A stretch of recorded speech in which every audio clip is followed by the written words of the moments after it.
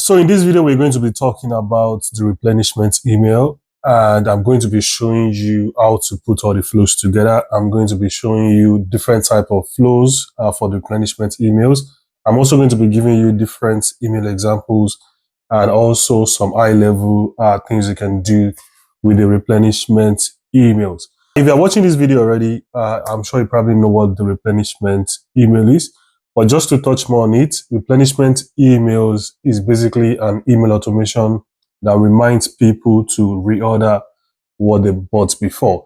So a typical example of that could be maybe something like a supplement or a skincare product where people have to, use that product over and over again, right? So let's say somebody bought a vitamin C supplement, and initially this vitamin C supplement is going to finish within 30 days. That means they have to reorder this product again after 30 days. So if you sell anything like a consumable product, like supplements, dog food, skincare product, anything that people have to use over and over again, it's very essential to have the replenishment emails set up. This is so important. And you might be thinking, why is this so important? Why do I need to have this in place? The reason is very simple. And that is, if you don't remind your customers to buy that product again, somebody else will sell that product to them, right? So think about it this way. There are lots of people selling the same thing as you. So you have lots of competitors, and your competitors are trying to reach the same customers, right? So they are giving them crazy offers. So you want to also have a way of getting people to buy your products again, especially if it's a consumable product. So in this case, this is something that the replenishment email can do for you. If somebody buys this product from you and you know that within 30 days, this product is going to finish, you should send them an email, between 20 and 25 days, asking them to reorder this product, and they can, buy this product from you rather than going to your competitors or buying it at the supermarket close to them. So it's very important to have the replenishment email in place if you're selling anything like a consumable product. So in this video, like I said, I'm going to be showing you how to put the flows together, some high-level things you can do with these replenishment flows. So without further ado, let's get into my computer to, show you how to put replenishment flow together. Let's go. So there are different types of replenishment emails, and I'm going to be giving you a couple of examples here. So the first one we're going to be starting with is the product-based replenishment email. So basically what that means is that this email is based on a specific product. So an example of that is this one from this brand called Ilia. So what you're doing here is that they are, creating one flow from one specific product. So you can see here, this email is talking about this serum. So you see, True Skin Serum Foundation is good to the last drop. So they are using this email to talk about the serum only. So that's an example of a product-based replenishment email. So it's talking about one specific product, and I'm going to be showing you how to set that up. So the next one is general. So this is an example from Magic Spoon. So what they're doing is like they're just talking about cereal in general. There's no specification in this case. So they are not talking about a specific type of cereal here. They are just generalizing it and just, saying you should come back and order your cereal regardless of what kind of cereal you ordered before. So that's an example of a general one. So you can see that here. And the last one is dynamic. So dynamic is basically a replenishment flow that changes based on the product the person bought before. So this is a little bit complex, but I'm going to be showing you how to do this. And also is the easiest one in terms of like creation. So you just have to create it once, and it just, change dynamically based on what the person bought before. So here's an example of that. So let's say, somebody bought this serum. They are going to see an email talking about the serum, right? But let's say I bought a cleanser. I'm going to see an email talking about the cleanser. So it's one single email flow, but it changes dynamically based on what the person bought before. So I'm going to be walking you through how to, set each of them up. I'm going to be showing you the filters you can use to do that. So let's get into Klaviyo and set up a replenishment email flow.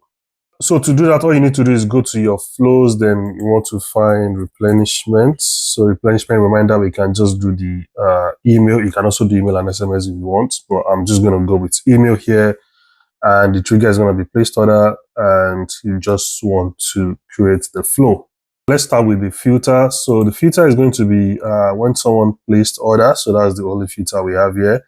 And here you will see here we have wait 25 days. So this is an example of the one I gave earlier, which is the 30 days. So let's say you know your product is going to finish within 30 days. 25 days replenishment reminder might be ideal depending on your shipping time as well. But you have to determine your product duration. So if your product is going to finish within 15 days, you also want to reduce the time reminder here. So you have to work that out. Like basically, you have to work it out. And also it's going to depend on how you want to set up the replenishment email flow. So do you want to do it based on specific products, or you want to generalize it, or you want to do it dynamically? So let's say you want to do a different kind of replenishment email for different products. So you can set the wait time for each product. So let me give an example again. Let's say someone bought a coffee of maybe 100 grams, for example. So you know that coffee is going to finish within 15 days typically. You can then have that at 15 days. But if somebody bought another type of coffee, maybe like 1 kg or whatever, then you also want to have a longer time, because that's going to take a long time to finish. So you have to work it out and work the timing your product lasts for. So that's the first point I'm going to be touching on here. So the timing, very important. You have to work that out based on your product. But let's say in this case, we are using a 30 days period time frame as our baseline. So I can set this to something within 20 to 25 days, right? I think that will be ideal depending on the shipping time. So I can do 20 days. So the next thing we want to do here and also want to determine is, do you want to send this to first-time customers only or to everybody? Ideally, I would say first-time customers, because you don't want to be sending the same replenishment email to people every time. So in this case, I can say conditional split is what someone has done or not done. So I can say placed order equals 1 over all time. So this part here, the first part here, will be going out to people who have placed order equals 1 time. And this no part will be going out to people who have placed order multiple times. And you can do the same thing for second time, third time, fourth time customers. You just want to slightly change a couple of things in email. Another thing you also want to do if you're doing based on product specification. So let's say I want to have this one for a specific product. So what I can do here is also something like, I can do, edit profile. So profile is going to be placed order 0 times in starting this flow. And I can now say what someone has done or not done, placed order. So I can then have a filter here. So the filter is going to be what kind of product. So I can choose between collections or product specific. But just to keep things simple, we are going to be doing the dynamic replenishment email in this video. So what that means is that this replenishment email is going to be changing dynamically, and that's what we're going to be doing here. So I'm going to keep this extremely simple. I'm going to be removing the conditional split.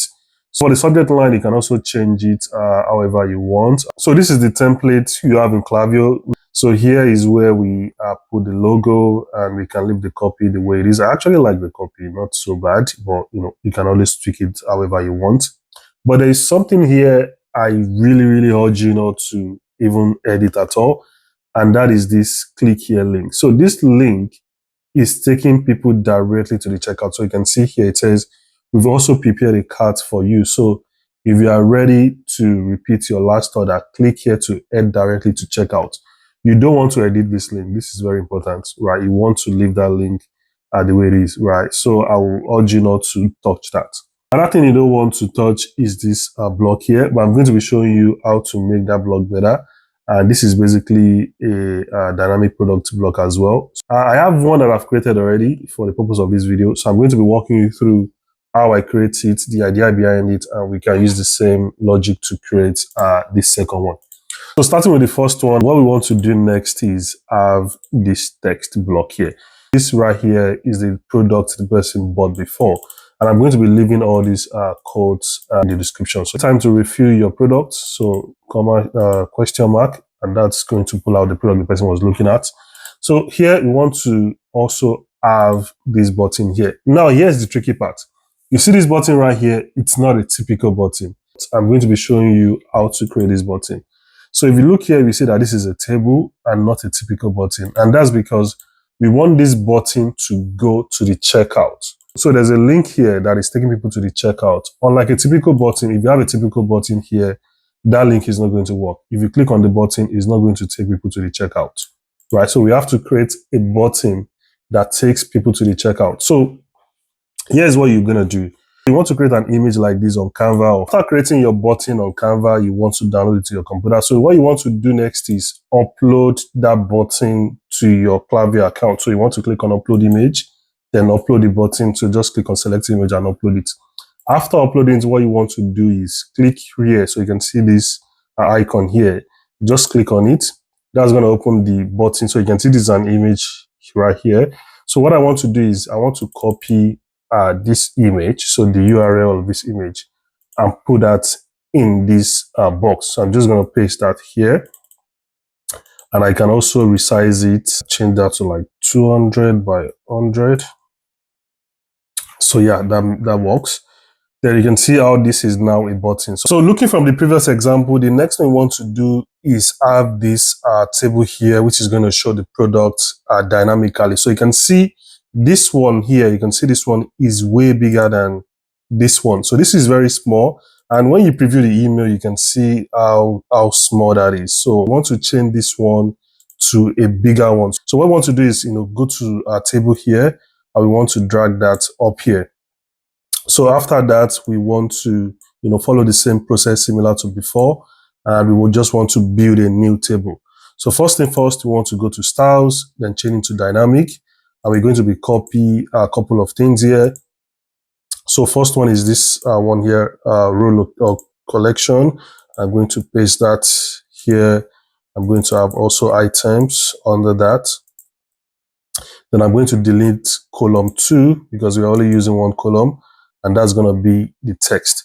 So what I want to do is delete this one as well and click on add image. Then I want to copy this item.product.image. And don't worry, I'm going to be giving you all these URLs and tags. So here I want to have, something like 300 by 300, click on apply. So you can see how bigger that is now. I can also center align it. So what I want to do next is copy this as well, item, product, item, quantity. I also want to copy that and have it under here. And let's preview that. You can see this is a little bit bigger compared to this. And if you are viewing it on mobile, it looks way better as well compared to this tiny one here. So after figuring out, what we want to do is delete this one.